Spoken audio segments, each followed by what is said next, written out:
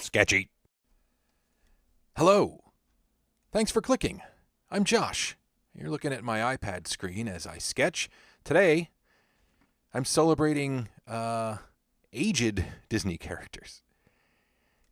Typically, Disney's got great animal characters, great princesses and heroes and villains, but I wanted to celebrate and feature those elderly characters. There's really a great tradition of very appealingly rendered elderly characters in Disney animation.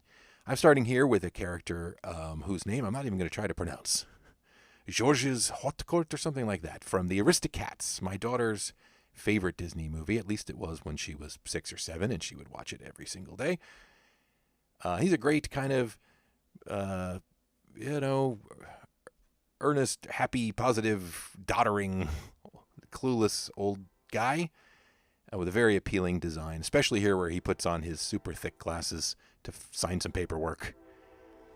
And this was going to be, I was going to toss these off. They were literally just going to be sketches, 4 sketches that I determined ahead of time what characters to draw.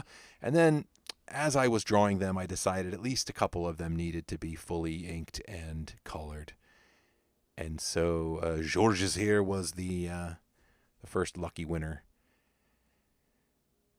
And here I am inking, of course, with a pencil brush, but that's what I use to ink my drawings. And, fantastic design. I am cleaning it up a little bit, as you know from past episodes, if you've watched my channel and my art videos. I am kind of obsessed with the shaggy, pencil-y, late 60s, early 70s look of Disney films when they were using the Xerox process to create their cells, taking the animators' drawings and photocopying them directly onto cells to save money. So you lose the artistry of something beautiful like Sleeping Beauty. I just made a video. Should be in proximity to this one where I drew Aurora and I talked about the gorgeous hand-inked cells in that film. You lose that level of artistry, but what you get out of these out of the Xerox era is that you get some spark. You get a little more juice from the animator's original drawing, and I think that's worth a lot if you're especially interested in character animation and in the work of the animator and those lines. So yeah, this is my typical coloring process, especially for these Disney drawings. I like the grit and the texture I get with the graphite. It's the same brush that I draw the lines with, just increased to maximum size. And then the reason I color the way I do out of the lines and then erase is because I get a consistency of texture.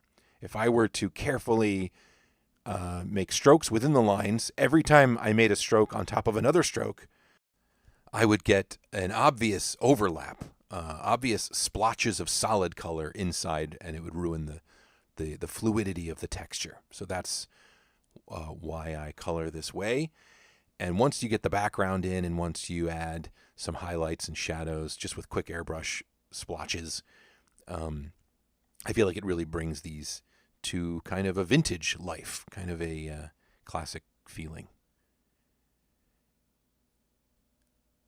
Not spending time with a detailed background, really just giving the impression of a foreground desk and a background based loosely on the colors in the film, but greatly simplified to my purposes.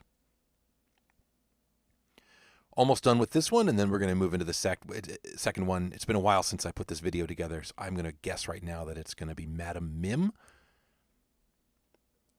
But we'll discuss her at the appropriate time.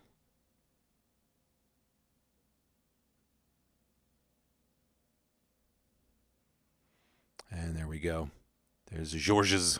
Georges? I don't know.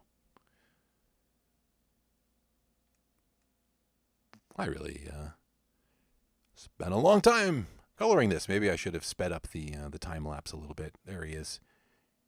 Nope, not done yet. There we go. Now I'm done. Put a little spotlight on the paperwork there to draw the eye down there. I don't know if that was a good idea or not. And yes, of course, here is Madam Mim. This one's merely a sketch. Not gonna. I will ink it, but I'm not gonna color this one. Just a fantastic character. Another one of my absolute favorites from that pencil sketchy Xerox era. Sword in the Stone. Fantastic film. Great character animation. Merlin and Mim are fantastic older characters. Great design, great sense of jankiness in their bodies and angles, and just the scratchy hair again, and the beard on Merlin. Qualities you get from that Xerox era specifically that you wouldn't get in other eras of Disney animation makes these very, very special and valuable to me, at least. This sequence in particular, the kind of wizard battle between Merlin and Mim, is just a highlight of Disney character animation of all time. So inventive and clever and fun. The best.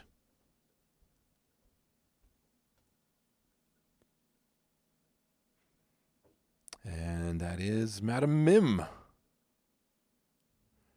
Signing. I sign with the @ symbol just in case, just so my handle gets out there. It's weird when I'm signing pictures of Disney characters or whatever. It's not like I created them, but it's my own interpretation, and mostly it's because I post these images online, and I do hope that people notice my illegible signature. Now here is Mama Odie from The Princess and the Frog, another fantastic character. A real big swing in terms of design. I believe this is an Andreas Deja character, which just blows my mind because she doesn't have the properties of a typical Deja character. But just what an amazing, just something very different in a movie that's kind of trading on classic Disney animal characters. This character in particular, and Facilier, the villain, they really stand out as phenomenal advancements in kind of taking the Disney style into a new territory with some characters unlike what they've done before. And she's a great, fun character. And, of course, you get to draw a cartoon snake, which is also a treat. A Disney snake is always a fun thing. And as you'll see in a moment, I am going to color in this one as well. Decided this was the one that was worthy of full color. These wonky little craggy feet she's got. These bony fingers. Just so much fun to be had in caricaturing different types of humans, and Disney has a real way of drawing aged characters in a way that makes them appealing, but also leans into their. Contrast that with the previous one. That was the fastest coloring process ever. I think it's because I was not recording the screen. I had to do an export after the fact. Boy, I repeat myself a lot in these videos. Bless you if you're still watching. Here's Grimsby from The Little Mermaid. Very forgettable character, but such an excellent design. Just this pose here. It's a combination of a couple of things from the movie, but essentially so full of personality. You just get this guy, and the way his little bony hands are holding the telescope, and the way his eyes are closed. Is he kind of, benevolent and wise, a little bit arrogant, but extremely appealing character. What a treat. I find that being into Disney animation is one of the best ways to just do Disney in the modern era, where the company is so questionable, and I'm not talking politics or anything. I'm talking about their practices and the way they treat their employees and the way they pump out, the way they've kind of ruined the box office for motion pictures. But having been an animation fan since childhood means I'll always have something special, some special connection to Disney that I can help me look past all the treachery and see something magical and valuable that will last forever. That's all the time I've got. Thanks. I will see you in another video. Goodbye.